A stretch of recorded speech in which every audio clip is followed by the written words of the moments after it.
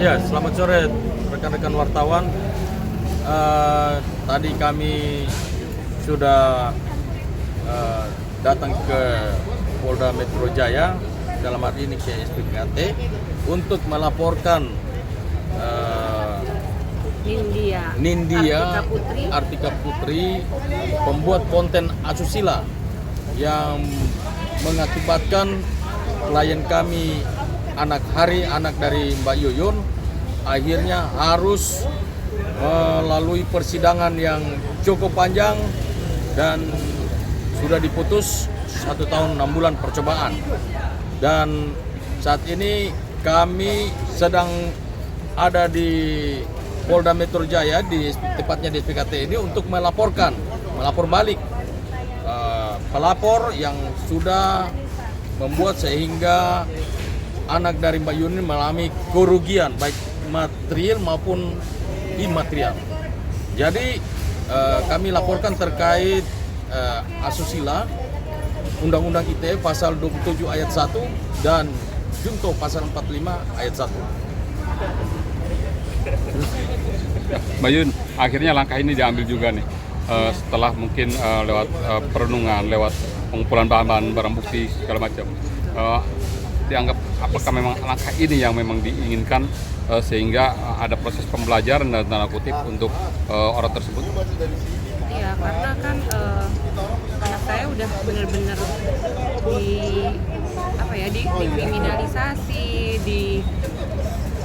perlakuan tidak manusiawi dari si pelapor tersebut, bukan hanya dari si pelapor, dari para oknum gitu kan. Jadi ya kenapa gitu loh, justru yang pembuat dan juga penyebar tidak diproses. Maka itu saya mencari keadilan dan saya datang untuk melaporkan.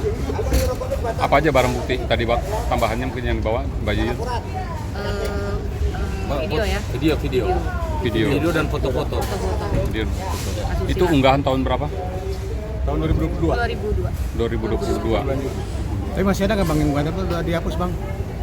Untuk video tetap masih ada sebagai barang bukti. Yang di Ya, Instagram ini kami masih sudah berikan tadi kepada pihak penyidik.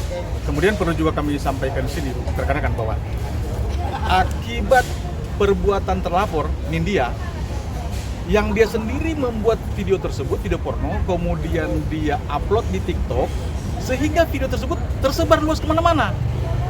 Nah, karena perbuatan dia, akhirnya anak daripada klien kami, Ibu Yuyun, yang namanya Hari, menjadi korban fitnah dan dituduh menyebarkan video porno tersebut. Padahal anak Ibu Yuyun, klien kami, tidak pernah sama sekali menyebarkan video porno tersebut.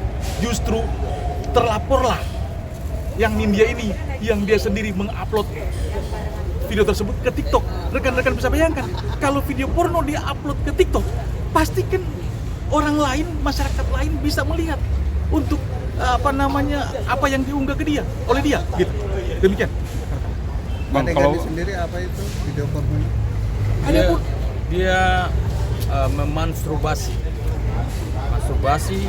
dengan pakai botol kayak alat kelaminnya, terus kemudian foto bugil dan banyak lagi lah foto-foto yang tidak pantas sebagai seorang anak SMA ya. Pada waktu itu dia masih kelas 2 SMA, makanya dia dikeluarkan dari Binus Serpong karena akun TikToknya TikTok asusila ini. Oh gitu. Perempuan lagi? Perempuan, ya. Bang, kalau boleh tahu, akun TikTok itu yang pertama kali diunggah, itu akun TikToknya dia kah atau dia unggah di akun TikTok pribadinya dia? Pribadinya dia. Artinya clear ya kalau itu memang adalah unggahannya dia pribadi. Iya, ya? betul sekali. Atas dasar apa sih dia mengunggah itu ke akun TikToknya? Kenapa? Atas dasar apa? Oh, dia berdua ini pacaran. Iya. Pacaran, lalu dia kirim ke anaknya Mbak Yuyun. Setelah dikirim ke anak Mbak Yuyun, dia juga masukkan ke akun TikTok pribadinya. Nah, dasarnya apa? Kita nggak tahu.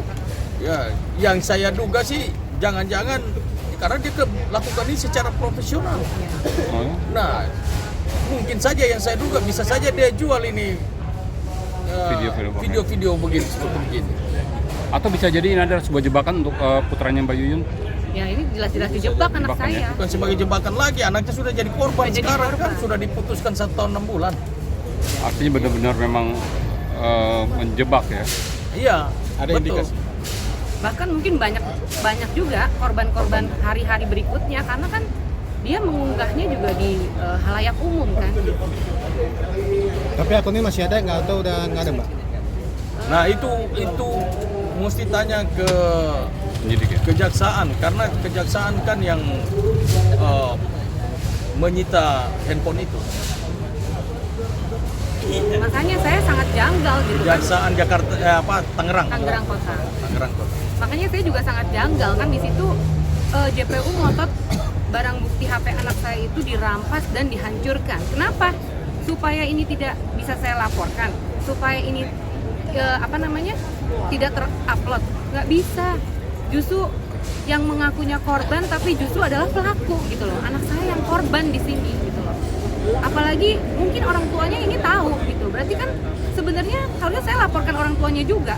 Karena kenapa? Orang tuanya berusaha untuk menjebak dengan menggunakan video asusila anaknya. Itu gitu. Jadi anak saya benar-benar sangat dirugikan gitu loh. Kemudian orang tua dari telapor ini, mereka menuduh anak daripada klien kami, Ibu Yuyun, setelah mereka putus pacaran. Tadinya mereka pacaran. Setelah putus, lalu kemudian mereka melakukan fitnah tadi, melapor hal-hal yang tidak dilakukan oleh anak Ibu Yuyun. Nah ini kan perbuatan yang betul-betul hanya berdasarkan asumsi saja. Dan mirisnya lagi itu diterima oleh pihak aparat penegak hukum dan itu diproses secara hukum dan sampai dari persidangan dan itu diputus. Ini yang kami sebagai lawyer, saya Bang Niko keberatan akan cara-cara seperti ini dilakukan oleh para aparat penegak hukum. Polres dalam hal ini Polres Suta ya yang menyidik perkara ini dari awal.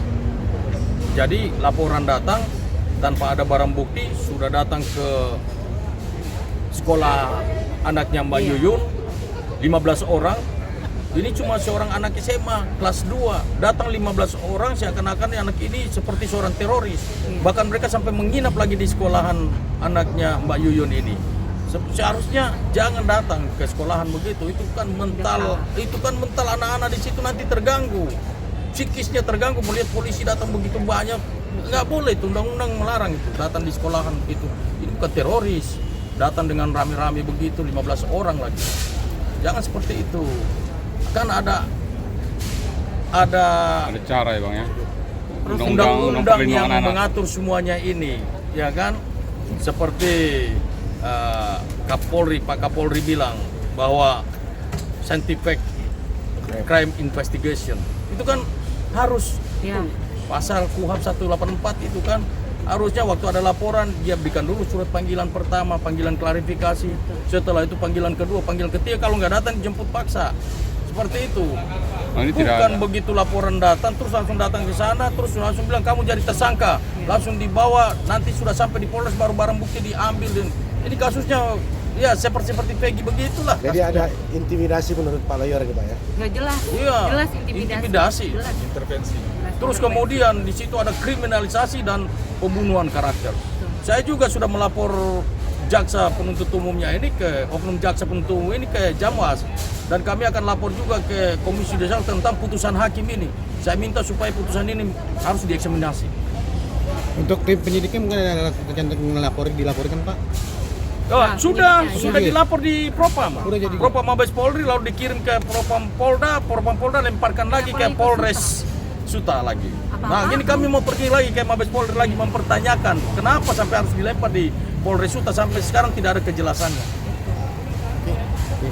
Jadi kawan-kawan, ada banyak kejanggalan dalam hal proses baik penyelidikan maupun penyidikan. Ini yang kita keberatan. Lalu kemudian proses persidangan juga seperti itu. Ini yang cara-cara inilah yang masih cara-cara lama yang dilakukan. Ya, makanya seperti Bang Niko bilang tadi, kami sudah laporkan ke Kejaksaan, Jamwas, dan akan nanti laporkan juga hakim ke Komisi Judisial. Hari ini saya mau berikan apresiasi yang luar biasa kepada teman-teman di Polda Metro Jaya ini. Mereka sangat profesional sekali Cepat ya, di pengaduan dalam terima ya. ya begitu cepat mereka menanggapi laporan kami dan mereka berjanji bahwa akan memproses lebih lanjut lagi. Kami mengapresiasi luar biasa kerjanya sangat profesional. Profesional.